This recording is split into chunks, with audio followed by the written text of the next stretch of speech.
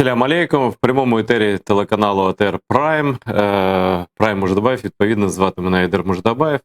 Я дуже радий вас усіх бачити, чути.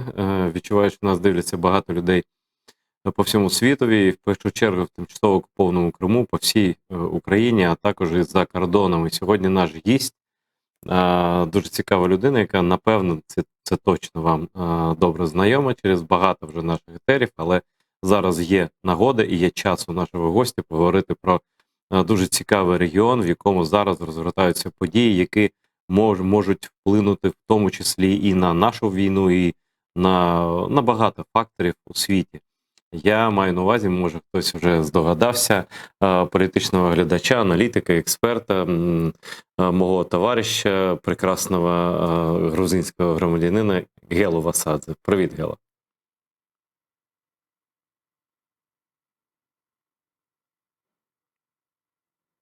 Щось у нас зі зв'язком? Що сталося? Щось поки що зі зв'язком. Режисери мені, що зараз вони налагодять зв'язок. Ну, я так попередньо вам розповім, про що я хочу поговорити з Гелою, який знаходиться у Тбілісі, але тим чи іншим чином він спостерігає, слідкує і оглядає події навколо своєї країни, а події розгортаються дуже швидко і для когось неочікувано. Але ці хтось, напевне, не ми, бо я зі своїми глядачами завжди казав про те, що питання, ну не лише там карабахське питання, а в принципі південно-кавказьке питання, воно дуже залежить від того, який вплив там мала чи матиме Росія, так? І зараз ми спостерігаємо на прикладі, ну якби нібито найнеочікуванішому прикладі Вірменії, те, що Вірменія хоче позбавитися російського впливу і знайти собі інші гарантії безпеки, гарантії майбутнього.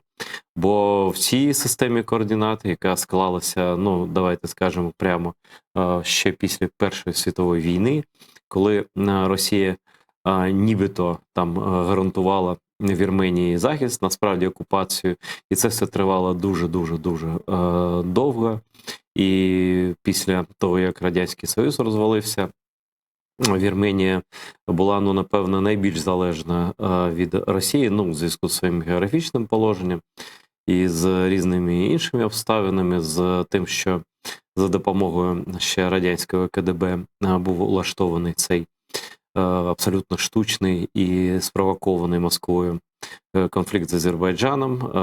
Два народи, які жили там разом багато століть, і ну, ми ж знаємо, скільки там вірмен жило в Азербайджані і навпаки, стали такими ворогами досі, що в принципі ніхто не знає, що з цим робити, але перший крок до цього, ну, на мій особистий погляд, це вихід Росії взагалі з цього політичного поля, де вона, я перепрошую, ну, лише шкодить усім. Я думаю, що зараз, знаєте, що об'єднує всі ці три південно-кавказьких народи, вірмен, азербайджанців і грузинів, це саме те, що вони відчувають себе так чи інакше ображеними народами, яким Росія дуже зіпсувала і минуле, і псує сьогодення, і зазирає вже в майбутнє. Вона тримає війська на різних умовах, але в усіх трьох південно-кавказьких країнах. І, на мій погляд, саме вона є дестабілізуючим фактором, головним дестабілізуючим фактором в регіоні. І, в принципі, ну, різні люди про це казали в різний час, але я ще, коли Пашиняною був обраний, ну, його партія, точніше, він як прем'єр-міністр був обраний прем'єром, Я ще сказав тоді, що сподівання на Росію це ну така марна справа. Що зрештою Вірменії доведеться шукати ну інші форму свого існування, а не незалежно від Росії, її інтересів або бажань, або її ненависті і зневаги до вірмен, що вона просто зараз демонструє. І нарешті є зв'язок з Гелою Васадзе. Привіт, Гела. Доброго дня, слава Україні! Смерть ворогам, прекрасно виглядаєш. І дякую. Хочу, ну я тут невелику, поки зв'язок встановлювали, невелику преамбулу розповів глядачам. Ну, я почав з того, що нібито для багатьох неочікувано Вірменія підняла такий вірменський бунт проти Росії, чого, ну, в принципі, я не знаю, коли минулого разу таке подібне було. І я сьогодні зранку, Гело, просто так, знаєш, послухав, що російські пропагандисти кажуть про Вірменію, ну там, м'яко кажучи, там не те, що доброго слова немає. Там просто ну, там знищити, покарати, поставити на місце, зрадники. І навіть було таке формулювання: така сама Вірменія готується стати такою самою Україною, лише гірше за Україну. Я знаю, що для них ще гірше за Україну, але такі слова абсолютно чітко в пропаганді звучать. Ти як людина, яка ну, наближена, по-перше, до Вірменії, по-друге, до істини, що ти хочеш сказати з цього питання? Мені дуже цікава твоя думка. Регіон для мене такий, я завжди до тебе звертаюся, а для тебе навпаки це не таємниця, що там відбувається. Я лише, знаєш, так загалом чекав, що колись настане такий час, коли вірмени скажуть, ну досить. Да? І ось вони вже сказали це, на твою думку, а далі, ну, тобто процес пішов? Прошу. Ну, по поводу «до свидания», я думаю, и даже «до свидания» в данном случае России вообще нельзя говорить «до свидания». России нужно говорить «прощай». И это однозначно. Так вот, по поводу «прощай», пока рановато об этом говорить, но то, что уже близко к этому, это факт. И здесь на самом-то деле просто мы имеем объективную реальность. Объективная реальность такова, кстати, ее озвучил Никол Пашинян, премьер-министр Армении, озвучил достаточно откровенно. Он сказал в газете «Карьера Белосера», по-моему, итальянская газета, в общем-то, он ей сказал следующее, он в интервью сказал следующее, что, конечно же, было стратегической ошибкой на 99,9 зависеть в системе своей безопасности от одной страны, это страна Россия. Вот сегодня эта страна не способна выполнять свои обязательства. Напоминаю, что на протяжении многих лет, да, Армения была военно-стратегическим союзником России и практически форпостом России на Кавказе. И действительно, сегодня Россия действительно не способна. Но кроме всего прочего, Россия не просто не способна. Россия сегодня имеет интересы и в других странах. Она всегда имела интересы в других странах и всегда готова пожертвовать интересами Армении в угоду своих интересов. Это понятно. Там никогда не было равноправного союза, там всегда был, скажем так, союз патрона и сателлита. На протяжении всего этого конфликта обе стороны были готовы использовать любые способы для достижения своих целей. И главная проблема именно в том, что были готовы использовать русских для достижения своих целей, но в итоге получалось, что использовали их. Хотя Азербайджану удалось построить такую систему безопасности и такую политику, которая в 2020 году принесла свои плоды. Давай тоже скажем, как это произошло. Когда Азербайджан начал 44-дневную войну,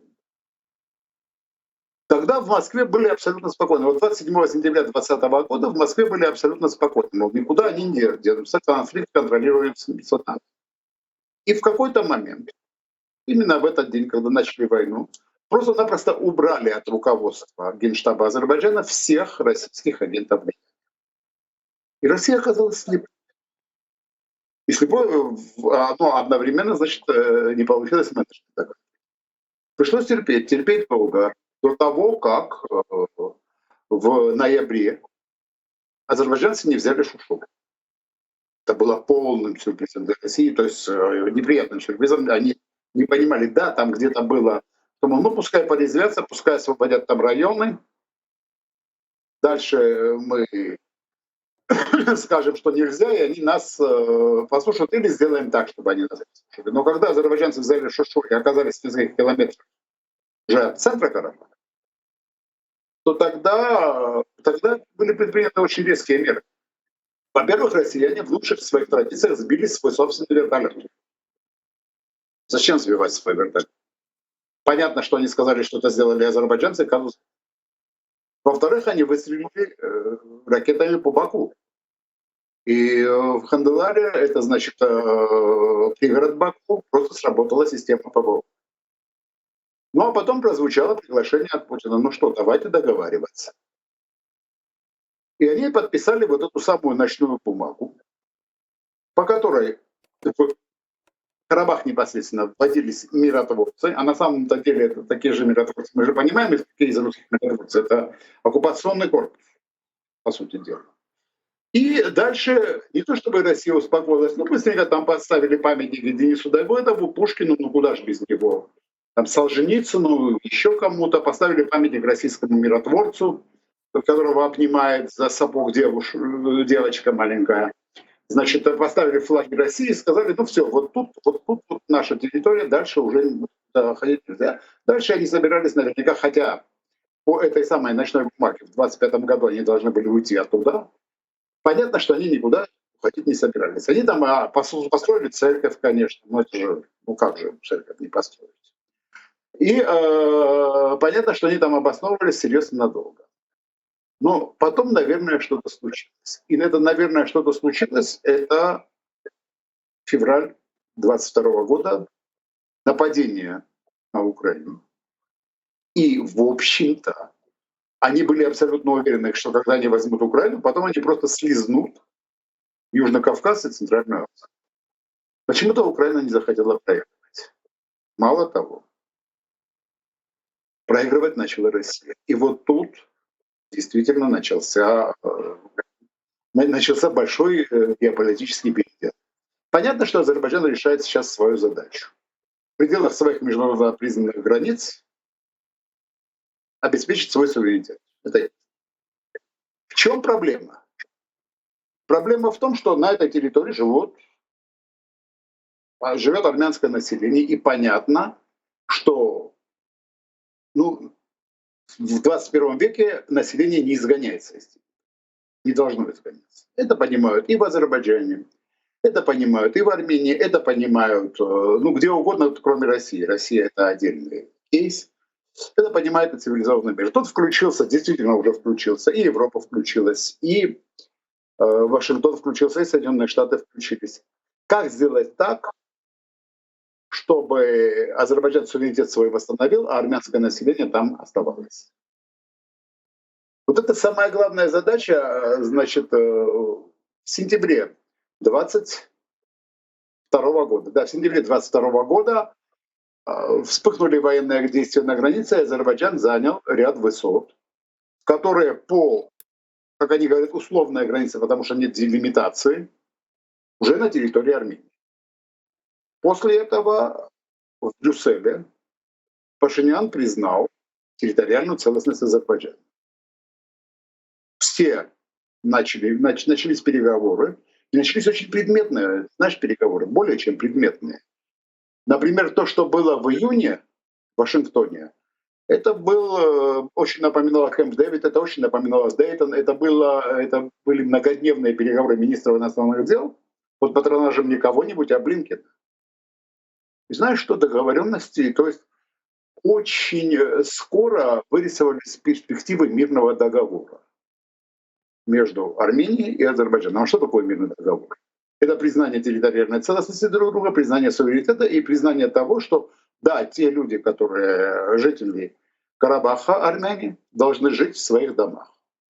Азербайджан предлагает очень простую формулу. Пожалуйста, мы даем, гражданство Азербайджана, и по Конституции Азербайджана все граждане равны, и национальные меньшинства имеют право на реализацию своей, фактически это национально-культурная автономия называется. То есть школы, театр, и все остальное. Контраргументы армян следующие, что, ребята, у вас не совсем демократическое государство, и мы опасаемся за судьбу. Дальше контраргументы Азербайджана. Но извините, ребята, армяне живут не только в демократических странах, но и в очень демократических. Как бы ранее России армяне живут. Почему мы должны предоставлять какие-то особые условия для армян Азербайджана? Мы готовы, и там уже начались разговоры о том, какие конкретно права будут предоставляться и так далее. А дальше был звонок из Москвы, поездка в Москву, и после этого мирный процесс застопорился. Мало того, что застопорился, после этого начались очень интересные явления. То есть Азербайджан сказал: так, ребята, все это хорошо, но вот через Лачинский коридор, через который ездили, мы там вернее, это даже в апреле было, до того поставили КПП, но все равно ездили беспрепятственно. Мы там будем проводить контроль того, что проводится. Это территория Азербайджана. А если что, пожалуйста, вы можете пользоваться и Агдамской дорогой. После этого в Карабахе реально начался гуманитарный кризис. Не голод как таковой. Гуманитарный кризис, нехватка там продовольствия, лекарств и так далее, да, это и сейчас есть. Мы уже как готовы. Подъехали, вроде бы как, нужно договариваться, да? Нужно договариваться. Извини, вот это закрытие Лачинского коридора было сначала, а потом они поехали в Москву. Вот когда они приехали из Москвы, подъехали фуры из Армении, и когда они ехали, я думал, и, честно говоря, многие мои коллеги думали, что фуры из Армении с продовольствием, что да, но они перетерли в Москве и договорились, что вот сейчас фуры эти проедут. Но фуры не проехали. Азербайджан сказал: ребята, если у вас проблемы, пожалуйста, через Агдамскую дорогу, то есть через нашу территорию, провозите, что хотите. Через 24 часа мы откроем Лачинскую дорогу, но, опять-таки, не бесконтрольно. То есть то, что было написано в ночной бумаге, и то, что, в общем-то, не выполнялось ни одной из сторон, Азербайджан дезавуировал, сказав, что, извините, ребята, вот в Зангизуре тоже там было написано, что там должна открыться коммуникация, она не открылась. Дальше больше. Дальше уже Азербайджан подвез 2 фуры с мукой, 40 тонн муки. Агдамская дорога сказала: ребята, если у вас проблемы, берите. Это наша гуманитарная помощь, это бесплатно. Там поставили блоки, 2 варианта, но на самом деле это один вариант. Одни говорят, что поставили блоки российские миротворцы, так называемые. Другие говорят, что поставили блоки люди Рубена Варданяна, которых, в общем-то, есть человек России. Но так или иначе, эти машины не пропустили. То есть сейчас стоит гуманитарная помощь с армянской стороны, со стороны Лачина, и стоит гуманитарная помощь с азербайджанской стороны. Более того, позавчера решили сделать еще больше. Российский Красный Крест послал свою машину. И все были уверены: ну вот смотрите, вот сейчас-то эту-то машину точно пропустят, но это русские типа того подсуетились. Нет, и эту машину тоже не пропустили. То есть сейчас, а после этого Азербайджан начал стягивать войска как к границам Армении, так и, как там Дубнов называл это, ЗВО, зона временной ответственности. Если СВО, говорит, у них, а есть ЗВО, зона временной ответственности российских миротворческих ведомств. Какой кошмар. Ну, в общем, ситуация, я думаю, понятна, потому что у Азербайджана сейчас 2 проблемы. Проблема вот именно на своей территории, с Карабахом. Первая проблема, чтобы коммуникации шли через него и под его контролем. И вторая проблема, то, что там присутствуют вооруженные формирования армянские. Они называются армией обороны Нагорного Карабаха, которые просто, говорят, что они подчиняются штабу Нагорного Карабаха, но на самом деле они, причем и азербайджанские коллеги мои говорят: ну как же, они же типа того, а азербайджанские коллеги вообще говорят, что они подчиняются Генштабу Армении. Армянские коллеги говорят, что они подчиняются местным властям Карабаха. На самом деле они, конечно же, подчиняются российскому контингенту. И Азербайджан говорит: ребята, ну давайте, раз уж признали территориальную целостность, давайте разоружать вот этих ребят. Там не просто стрелковое оружие, там танки, там системы залпового огня, то есть там полноценная боевая единица. Другое дело, что Там силы, конечно же, несопоставимы с Азербайджаном. Там 3 корпуса стоят азербайджанских с современным оружием. Так вот, и, в общем-то, требования 2. Ребят, давайте на земле переключаться на инфраструктуру Азербайджана. Это первое требование. И второе требование – это разоружение вот этих формирований. Иначе может быть обострение. Вот на этом всем фоне, о котором я рассказал, вдруг неожиданно идет, ну, как минимум, вербальный разворот Армении от Москвы. Причем, что вербальный? Там конкретный шаг. Например, визит Анны Акопян в Киев. Визит Анны Акопян в Киев – это очень такая вещь показательная, потому что впервые со времени начала войны Армения как государство. Армянская община Украины собирала там гуманитарную помощь и отправляла, это само собой. Ні, це Армения правда, і как вірмени государство, і воюють, і в армії, все тут нормально. Я про да, державу но, йде. Да. граждане Украины. Но впервые государство Армения оказало гуманитарную помощь. Ну, кстати, к слову, государство ОДКБ, например, Казахстан. ОДКБ, ЕС, но она оказывала гуманитарную помощь, то есть, ну, Казахстан достаточно самостоятельный в этом плане.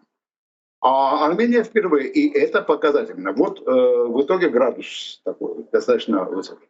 Понятно, что хотят сегодня в Ереване прекрасно понять. Впереди выборы. 17 сентября выборы мэра Еревана. Конечно же, там ситуация накалена до предела.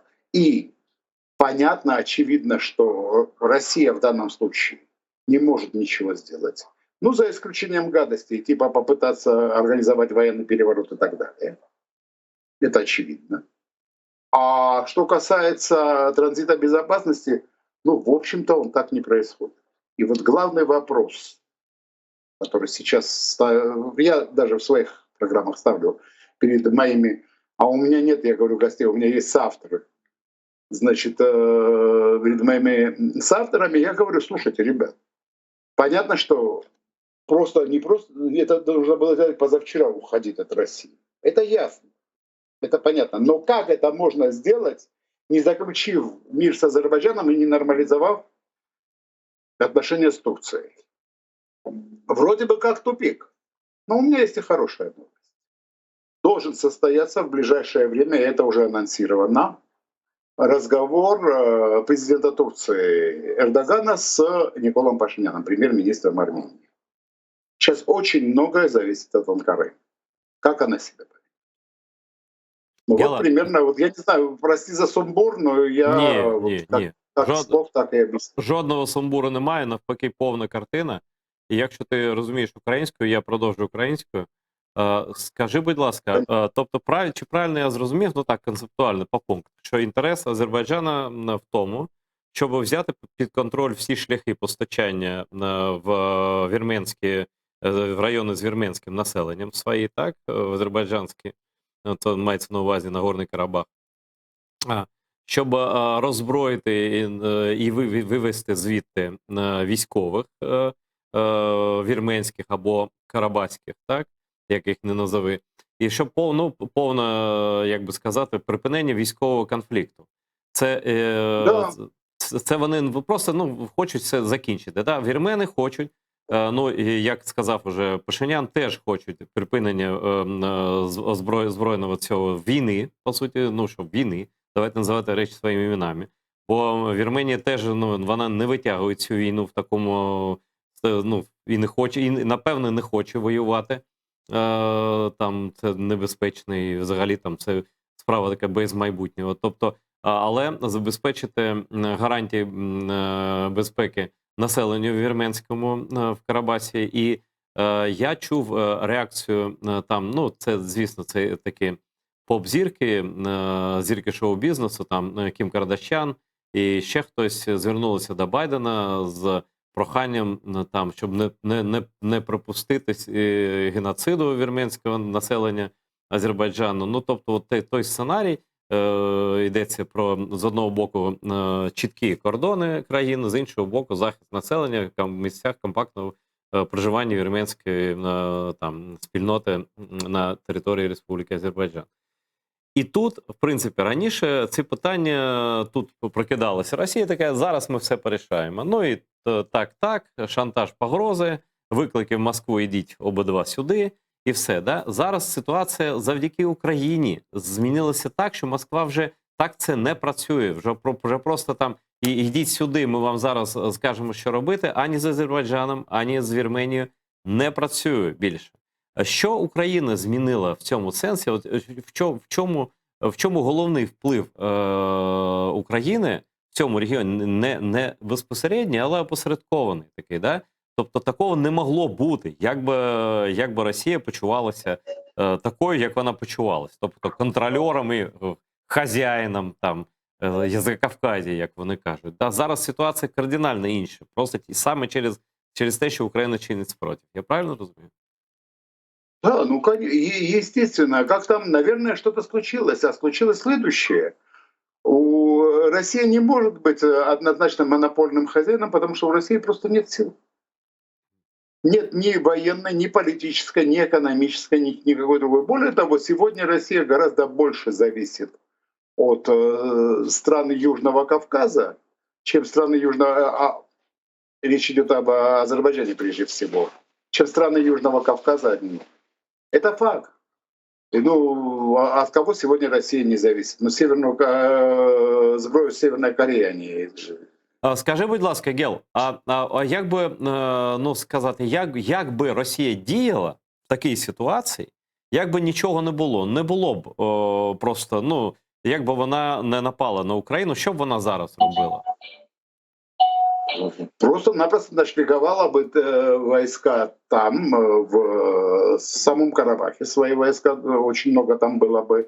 Кроме всего прочего, угрожала бы Азербайджану войной, а Армении угрожала бы тем, что, в общем-то, ну, как бы прекратить с ней сотрудничество и так далее. То, что она делала на протяжении 20 лет.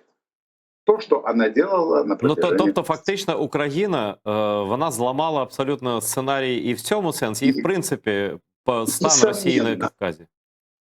Несомненно. То есть, да, мне сейчас могут сказать, ну подожди, в 2020 году ведь Азербайджан сумел решить задачу? Частично да.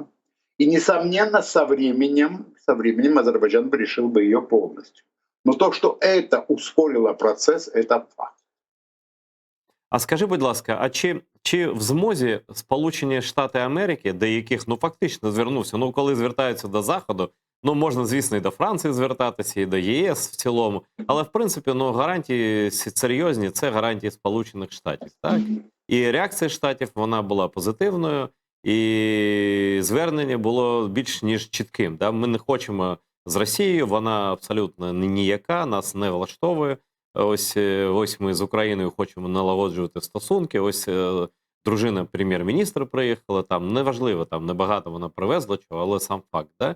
А чи в змозі Сполучені Штати прийти в цей регіон і стати арбітром між Вірменією і Азербайджаном і дійсно зняти ці занепокоєння щодо того, що буде далі з вірменським населенням Нагорного Карабаху, бо ми ж розуміємо, ну, по-перше, я думаю, що Азербайджан буде висувати вимоги, щоб там не було з їхнього боку воєнних злочинців, ну тих, кого вони вважають Азербайджан небезпечним для нас безпеки. Да? Це якась певна кількість людей. Військ там не має бути, да? Тобто мирне врегулювання, воно передбачає відсутність військ. Да? Але що може гарантувати те, що все це пройшло спокійно, бо дійсно Росія роками, десятиліттями і століттями там такого накоїла, що ну, ненависть вірмен і азербайджанців один до одного насправді дуже велика наразі, ми це розуміємо. Да?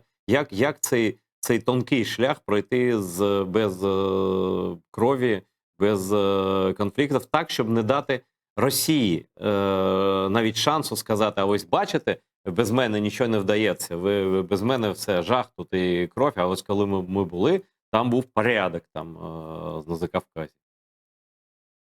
Ну вот видишь, что касается Соединенные Штаты уже давно в регионе.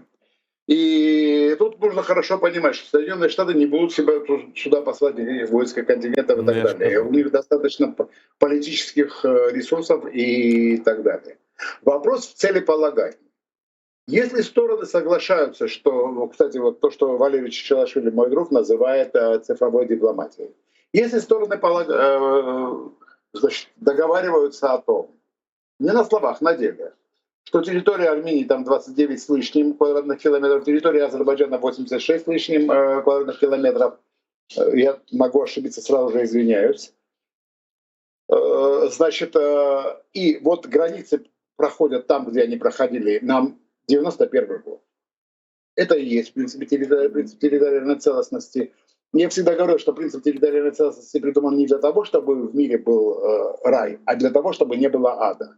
И мы видели этот ад и на Южном Кавказе, мы видим сейчас этот ад в Украине и в других местах, кстати, на самом-то деле, где не только Россия, но где нарушается этот принцип, там постоянно всегда льется кровь. Теперь, что касается целеполагания. Если это цель, то достигнуть ее достаточно просто в том смысле, что Соединенные Штаты, конечно же, говорят о том, что, ребят, естественно, есть международное право, и международное право включает в себя как принцип территориальной целостности, так и принцип защиты прав человека. Поэтому Азербайджан не должен нарушать там права человека. И это в Баку, я думаю, очень хорошо понимают на самом деле. Очень хорошо. Тобто ти думаєш, якщо мирний договір такий буде, Баку зможе проконтролювати все і гарантувати безпеку вірменського населення? Понимаешь, в чем дело? Я понимаю и озабоченность, скажем так, опасения армянской стороны. Но когда они говорят, что, ребята, давайте будет международный контроль за всем этим, то я бы понял бы, хорошо, пускай там будут миссии там, ООН, Красного Креста и так далее. Но вот скажи мне, вот представим себе ситуацию, что Украина освобождает свои территории. И там говорится, что могут быть нарушены права граждан и международный контроль. Логично было бы, если бы там различные международные организации присутствовали там с офисами, представленными в Киеве. То есть гуманитарная помощь и так далее, центр должен быть в Киеве, а не где-нибудь в другом месте. Так ведь? Ну, Я, кстати, сейчас проговариваю. Ні, в Україні немає такої проблеми, що, знаєш, компактне проживання конкретної спільноти національної на Нет, а при чем национальная? По политическим мотивам, а по другим мотивам. Ты же понимаешь, что в данном случае права человека, они универсальны. Я про другое говорю. Я говорю про то, что если мы говорим о международном контроле каком-то и так далее, то существуют механизмы. И я, кстати, когда это проговариваю, об этом в Баку тоже не говорит. Ну, ребят, да, пожалуйста, ООН там и так далее, все должны присутствовать там, но они должны присутствовать в качестве бренча, там, представительства от представительства этих международных организаций в Азербайджане. В Азербайджане, в чем проблема у Азербайджана? Что они говорят? Ребят, мы не хотим, чтобы какие-то международные организации, наблюдатели и так далее сменили русских, которые обязательно оттуда уйдут, и заморозили конфликт, то есть де-факто, чтобы было так, как есть. Ні, це може бути лише за погодженням Азербайджану. Азербайджан, звісно, не погодиться, щоб це контролювалося з іншого боку, а не з їхнього боку. Тут все зрозуміло. Тобто это же понятно. Ну да. Но со стороны Армении требуют, чтобы там были какие-то другие международные наблюдатели, чтобы это был другой международный контроль. А это ведь означает по факту сохранение де-факто независимости вот этой территории от центральных властей Баку, что практически невозможно. Угу. Азербайджан на это не пойдет. Я пытаюсь все время объяснить и моим азербайджанским соавторам, собеседникам, и армянским, что, ребята, вот на это Азербайджан не пойдет, а вот на это Азербайджан может пойти. Но знаешь, в чем самая главная проблема на самом-то деле? Что вот прошло уже с 2020 года, сколько лет прошло, да? 3 года сейчас, да? Переговоры ведутся бесконечно, но никто, и даже говорится об этом, но пока не начались главные переговоры. А главные переговоры — это переговоры между представителями армян Карабаха и центральными властями в Баку. Как будем жить? Это же самое главное. Пока разговоры обо всем угодно, но не о том спорадически. Кто-то периодически начинает писать, ну как, вот какие права должны быть у армян Карабаха. Это. Просто взять элементарные вещи и расписать это, чтобы люди понимали. Но нет, об этом речи не идет. До сих пор не идет об этом речь. Ну, це, напевно, знаєш, Гела, що мається на увазі? Ну, освіта з елементами вірменської мови, звісно, так? Тобто, це комунікації з Вірменії гуманітарні, там в них родичі живуть, правильно? Там сім'ї, родичі, Нет, туди, да. это однозначно. Да. То есть это само собой. То есть инфраструктурное обеспечение этого региона не означает полного закрытия. Напротив, более того, гуманитарные связи с Арменией, они будут способствовать общему фону налаживания отношений между Арменией и Азербайджаном. Ведь с мирным договором ничего не заканчивается, с мирным договором только все начинается. Но все должно начаться с мирного договора. Ведь смотри, какая иезуитская такая логика у Москвы. Они говорят, не, ребят, вот зачем вам мирный договор? Давайте сделаем по-другому. Вот вы сейчас решите все свои проблемы, а потом уже заключите мирный договор. Понятно, да, о чем это? А які такі вони проблеми мають вирішити, щоб потім там договор заключати? Нет, ну есть же масса проблем между армянами и азербайджанцами. Вот все проблемы решите, а потом уже только мирный договор. А почему? Потому что как только они заключают мирный договор, и как только начинается действительно работа по решению всех проблем, и армяне и азербайджанцы поворачиваются к ним и говорят, а вы зачем там нужны? Ну, в принципі, да. А ви що тут робите? Да. Хто ви такі? Пам'ятаєш, хто ви такі, ми вас не знаємо. Да. Ну да. Причем они точно знают, что так им и скажут. На протяжении 30 лет они занимались тем, что делали все, чтобы этот конфликт никогда не закончился. Они сейчас то же самое делают. Ну о чем речь? А що вони, Гел, а що вони можуть зробити? Ось практично, зараз, да? Ну, переворот ти казав, наскільки це реально? Інше, там звучать такі погрози з Москви, дослухай. Навіть розбомбувати нафтоздобувальну там галузь, значить, нафтоздобутку в Азербайджані, щоб позбавити Азербайджан. Ну, тобто, покарати Азербайджан, якщо він захоче йти там на якісь там переговори з Вірменією. Тобто там такі ну, нібито фантазійні речі, але... Запарятся они карать. Запарятся просто карать. Ну, у них нет ресурсов никаких. У них сейчас даже военных ресурсов. Вот если раньше действительно у них были какие-то военные ресурсы, чтобы начать агрессию против Азербайджана, то есть разыграть Схенвальский сценарий августа 2008 года. Сейчас у них этого уже нет. Кроме всего прочего, давайте не будем забывать, что Азербайджан находится в военно-политическом союзе с Турцией. То есть, ну, без варіантів. Скажи, пожалуйста, ось тут теж цікаво про... Да, до речі, просто зараз, здається, да, йдуть навчання військові з НАТО, з американцями у Вірменії, так? Проти яких протестуємо. Знаешь, это очень локальное учение, это скорее символические учения. Раньше эти учения, какой-то там орел, два учения НАТО всегда проходили в Грузии. Одно было «Неукротимый дух», но прошло. А второе вот этот орел.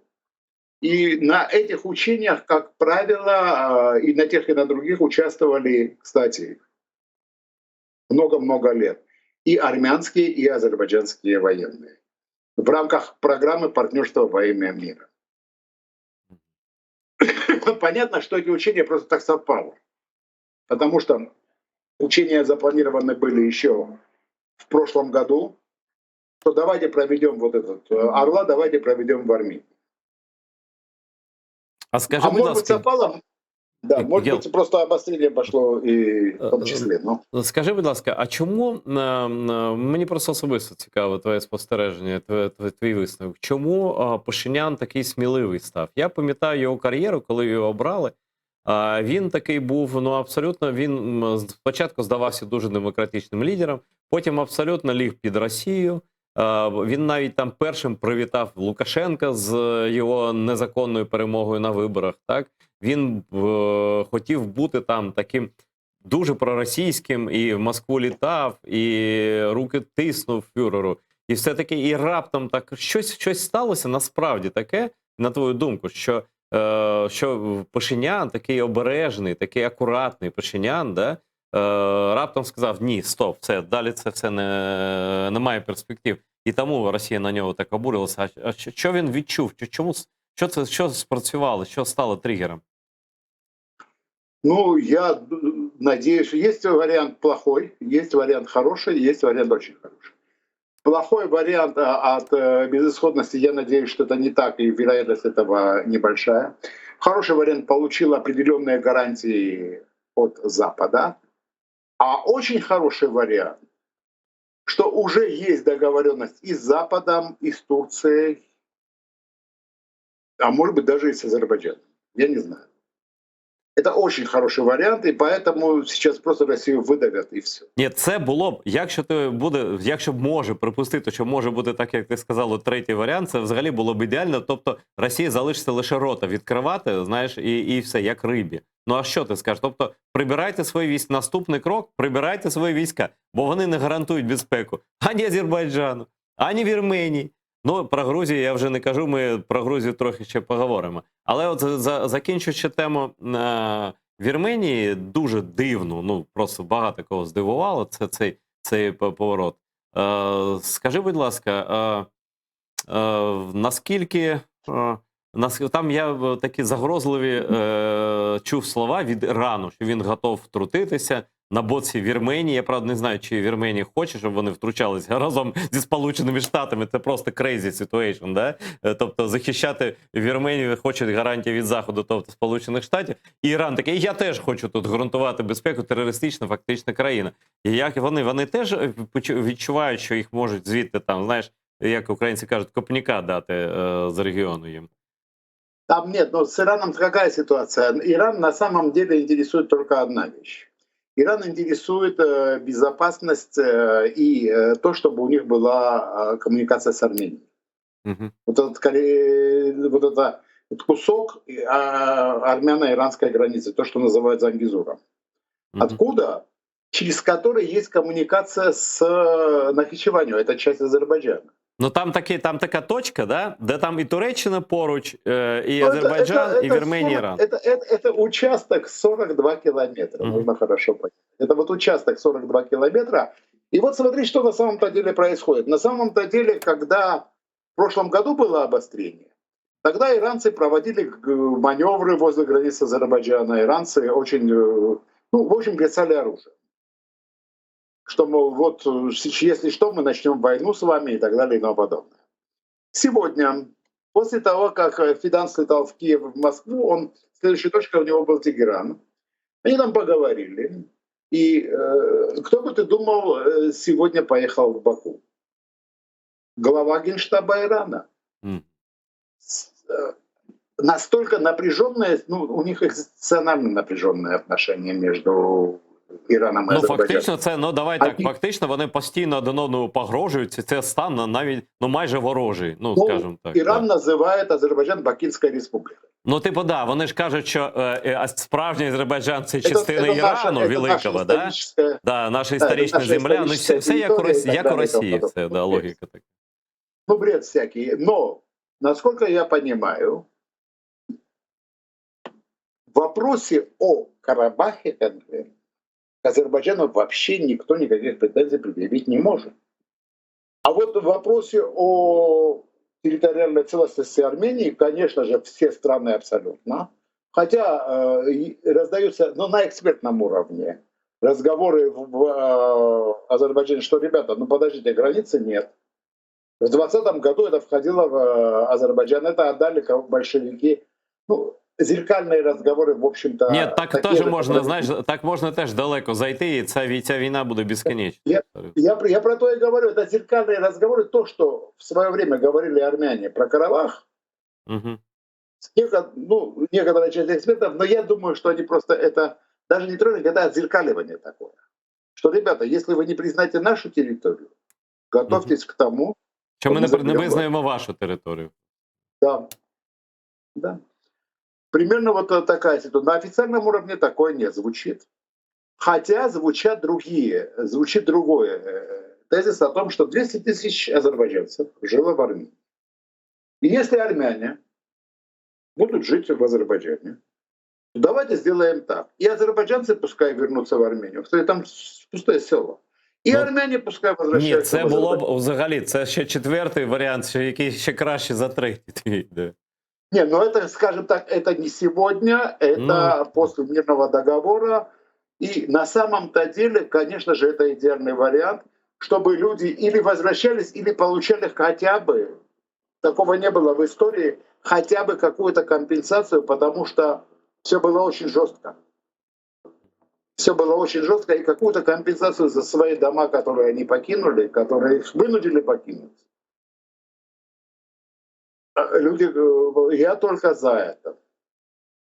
Я только за это. Ну, это, скажем так, у грузин есть поговорка: для того, чтобы увидеть сон, нужно сначала пойти спать.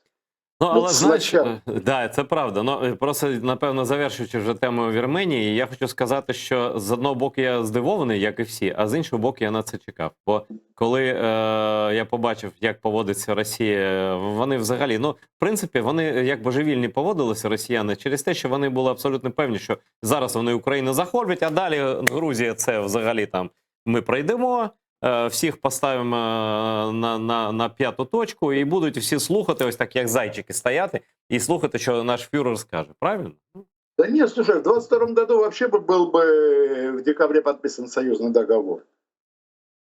Союзный договор они собирались подписывать в 22 году. Я в декабре, я абсолютно в этом уверен, хотя я об этом нигде не читал. Ну ти Но про те, столетие- що це ж річниця Радянського Союзу заснування, 100-річчя, Да, так? да. Столетие. Все. Вот примерно то, что этот план существовал, я абсолютно в этом, я его не видел, но я абсолютно в этом уверен. Ти знаєш, А планів? я теж певен, і я скажу так, ось знаєте, зараз Гелев Асадзе, наш грузинський друг, сказав те, що от просто, що вирішив український солдат. Просто своєю волею і своєю силою, і своєю відвагою. Тобто це абсолютно просто зміна світової історії. Тобто український солдат, він змінив історію стількох країн, що навіть не всі це досі розуміють, але вже розуміння приходить і до Вірменії, і до Азербайджану, і до всіх, що абсолютно все змінюється. Росія йде, і це процес невідворотній. Але Росія чіпляється і чіпатиметься за свої колишні колонії. І, напевно, найближче і ще поки що простіше їм чіплятися за Грузію, за твою батьківщину. Так? І там зараз якісь процеси йдуть, там вашу президентку хочуть позбавити президентського мандату, якісь там скандали на тлі поліпшення відносин з Росією, чи там вже це відігралося назад. Скажи, будь ласка, в якому стані зараз стосунків з Росією перебуває твоя країна? Що там у вас з політикою? Ну і, звісно, про Саакашвілі я теж запитаю, бо це така довготривала історія, її теж забувати не можна. Давай так, вот расклад следующий. Все эти импичменты, это все, скажем так, да, это даже не показать, это все серьезно, но это серьезно несерьезно, потому что никакого импичмента не будет и так далее. И каждый сейчас пытается, вот, например, Зурабишвили просто пытается спасти свою репутацію. Ну скажи, а навіщо вони, це ж їхня партія, навіщо вони на неї так тиснуть, щоб покарати її за що? За ті слова, які вона сказала там проти, не знаю, влади, або за що? Це помста за щось? Не розумію. Она не захотела участвовать в играх этой властной команды, потеряв свою репутацию. Ага. Она не захотела, потому что она ничего не получала с этого. Она просто спасала свою репутацию. Но, кстати, личные мотивы в политике иногда гораздо более эффективны, нежели идеи какие-то или какие-то идейные. И это факт. Теперь смотрим дальше. Запад. Чего хочет Запад? Боррель к нам приезжал. Приезжал Боррель, и речь шла о чем? Речь шла о кандидатстве Грузии в ЕС. До марта этого года вообще ни о каком кандидатстве Грузии в ЕС речи не шло, потому что было 12 рекомендаций, которые не были выполнены. Сейчас Боррель говорит, что из 12 рекомендаций выполнены 3. Я тут с ним не согласен. Покажите мне эти 3 рекомендации, которые выполнены. Это касается внутренней политики Грузии. Но не выполнены эти 3 рекомендации тоже. Ну хорошо, давай поверим Боррелю, из 12 рекомендаций выполнены 3. И он говорит, что можно выполнить остальные рекомендации, давайте мы вам все-таки дадим кандидатство. Но сам цимис, вот само значение статуса кандидата за это время изменилось. Изменилось, и опять тут Украина поменяла мировую политику. Изменилось потому, что раньше кандидатство было таким бонусом. Из-за того, что вот, ребята, вы хорошие ребята, вот вы на пути, и мы, может быть, когда-нибудь вас примем в ЕС. Ну вот мы вам дадим 20 лет Турция кандидат. 20 лет, между прочим. А мы вам сейчас дадим статус кандидата. А сейчас кандидатство стало тем, чем оно является на самом деле, технической возможностью для ведения переговоров расширения ЕС. Я не буду называть восточноевропейские страны, некоторые, ну одну точно, но я думаю даже 2, которых приняли в ЕС, но в которые я приезжал и думал, господи, их приняли в ЕС, а нас нет. Угу. Но вопрос сейчас в другом. Вопрос сейчас в том, что ЕС, насколько я понимаю, принято политическое решение о расширении ЕС в ближайшие 7 лет. Причем страны Западных Балкан, понимаете, и Грузия. Почему Грузия? Потому что Грузия является воротами, морскими воротами Южный Кавказ, Ближний Восток, Центральная Азия. Грузию можно было бы не принимать, но тогда в обязательном порядке нужно принять Турцию. Турцию Европа не готова принять. Понятно, чего они боятся. 80 с лишним миллионов населения, растущая экономика.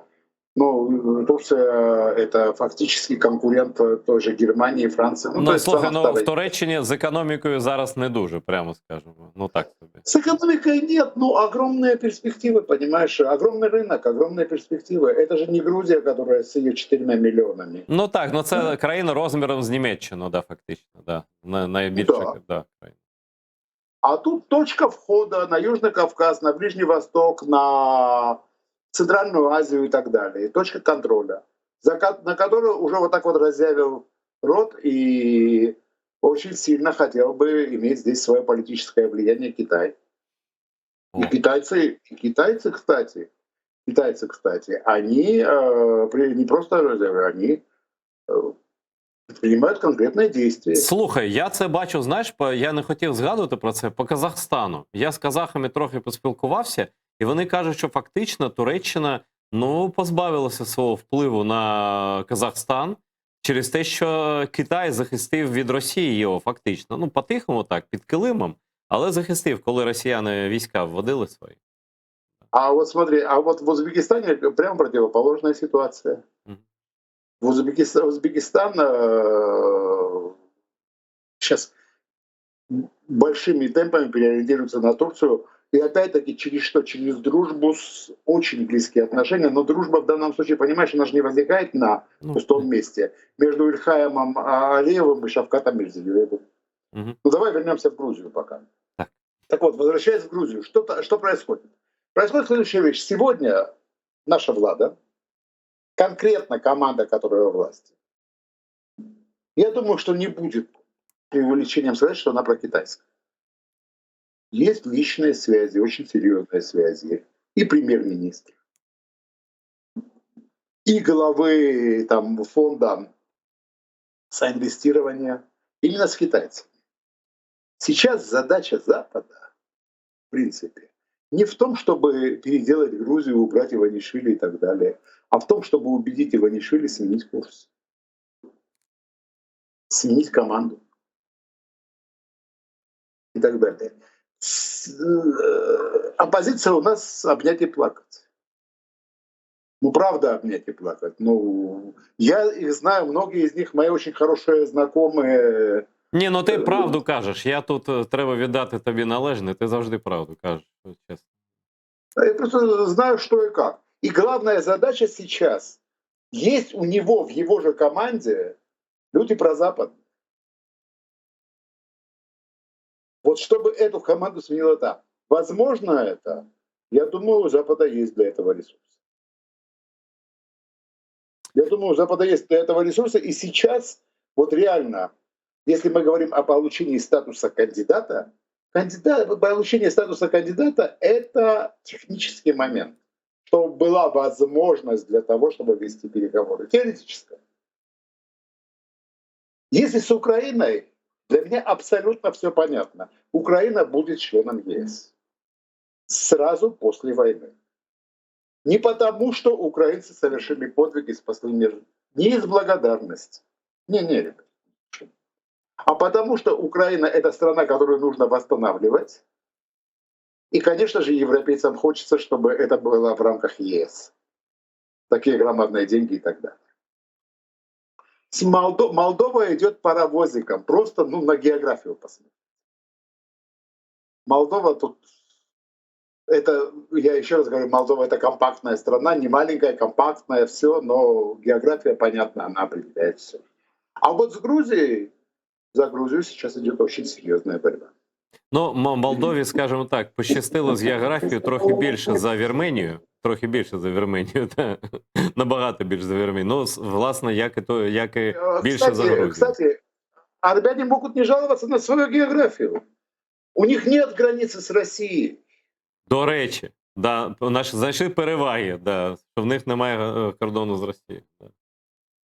Всему было бы все очень грустнее было бы, если бы у них была бы общая граница с Россией, их бы давно бы превратили бы в Беларусь. А? Мы видели, что произошло? Точно, абсолютно, да. А Абсолютно. вот если кто-нибудь жаловаться должен на свою географию, так это мы. У нас есть граница с Россией.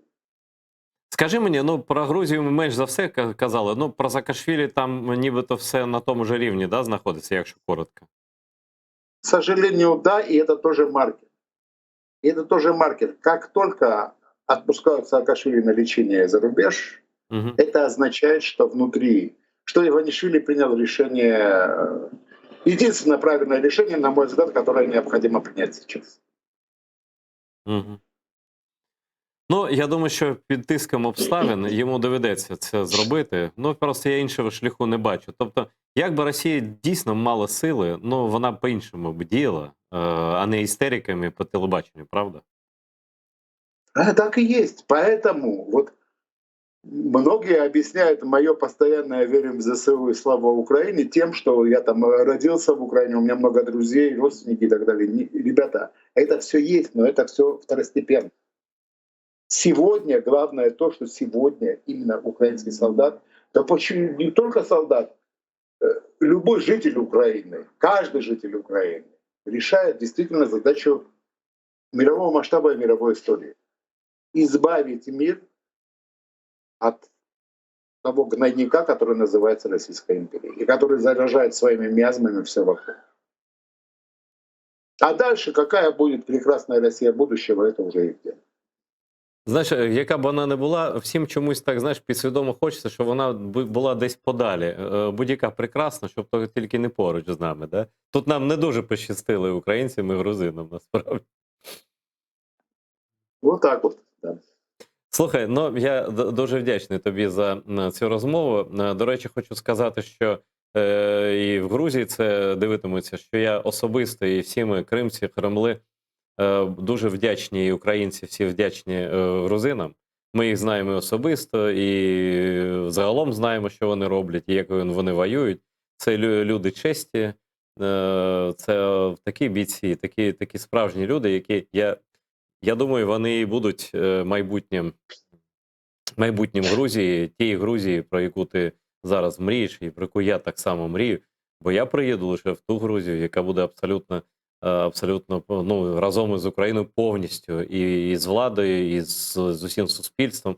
Але я знаю, що і наразі суспільство нас підтримує, і про це свідчать ті бійці, які, знаєш, вони з не дуже, може, веселими зараз очима ходять, але вони дуже впевнені в собі, і я дуже вдячний їм, дуже вдячний всім грузинам, які їх підтримують, і всім, які підтримують Україну.